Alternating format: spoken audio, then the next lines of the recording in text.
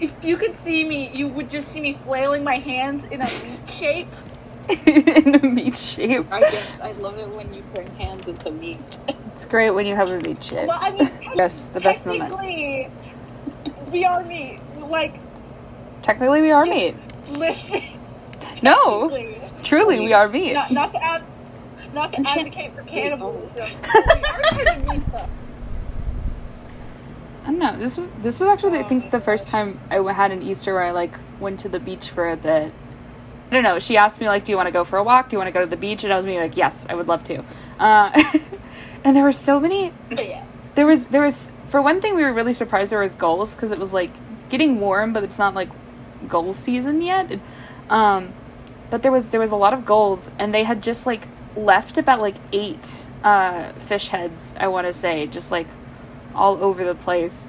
And she literally was like encouraging me to like come up and like look at its teeth to try and help her like, or see if it had teeth to figure out if it was like a bluefin, cause that's teeth. Like, yeah, like if the fish had teeth. Like we were literally like looking over a like fish head carcass. I don't know. It's a bonding experience. It is. My Uncle David, he was the one whose wife died of mesothelioma. Mm-hmm. Right. Yeah, he was entitled to a cash reward. He and my Aunt Linda lived in separate houses because while they loved each other, they could not live in the same house.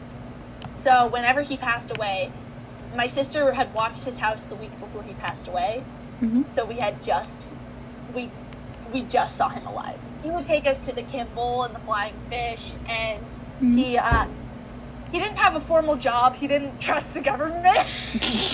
It's weird because it literally just, he woke up one day and was, mm-hmm. like the autopsy doesn't know what happened. Nobody knows what happened. It was just, my grandpa went into his house because nobody had seen him in a week, and he wouldn't mow his neighbor's lawns, mm-hmm.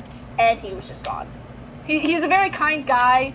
He would just drop things off on you, not in like a bad way, mm-hmm. but just he's like, whenever we were going through my Aunt Linda's stuff, my mom was like, I really can't take Aunt Linda's piano. I already have my own piano. And he dropped it off at our house. He's like, okay, you're the only one here who plays piano, Al, so here you go. And I was like, oh, thanks for this severely out of tune piano. You deserve Uncle it. David, thank you. That's so great. I think part of the reason why it was hard for me to remember a lot of stuff is because, like, my mom, it wasn't the day he died, it was after. Like, I knew he was dead. And she sat me down. She told me, like, my grandfather's medical history, and, like, he had his kidneys shut down on him when he was, like, in his 50s, and they got rid of one of them, and he overcame that, and then he, like, got lung cancer, and he got past lung cancer. They got rid of the tumor. He was okay. We thought that we saw it again in the chest when you were little, like, and we got rid of that. And he had stones in his kidneys, and we were scared because he only had one. And his kidney gave up on him, and everything else gave up, and he's gone. And it was like the deconstructing of him, weirdly, I think, kept going in my head, like, until I saw him again. We had an open casket, and I just see him. I remember just thinking he looked flat, and I hated it because he looked flat, and he's in a white coffin, and I'm just kind of in awe because I've never seen my grandfather wear something white.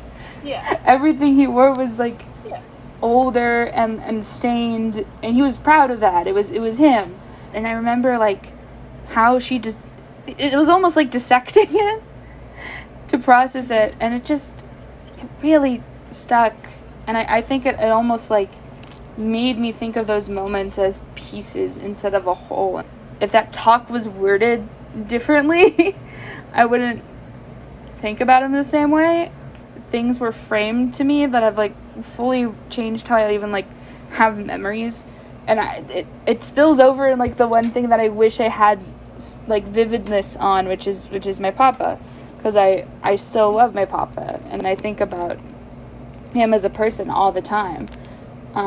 But I think it's more comforting for me to think that there is something, Mhm. because then I don't spiral. No, I'm in the exact same boat. Yeah, like, I'd like to think that there is something, obviously not Mormon heaven, that's an MLM scheme. Oh, obviously. Not MLM heaven.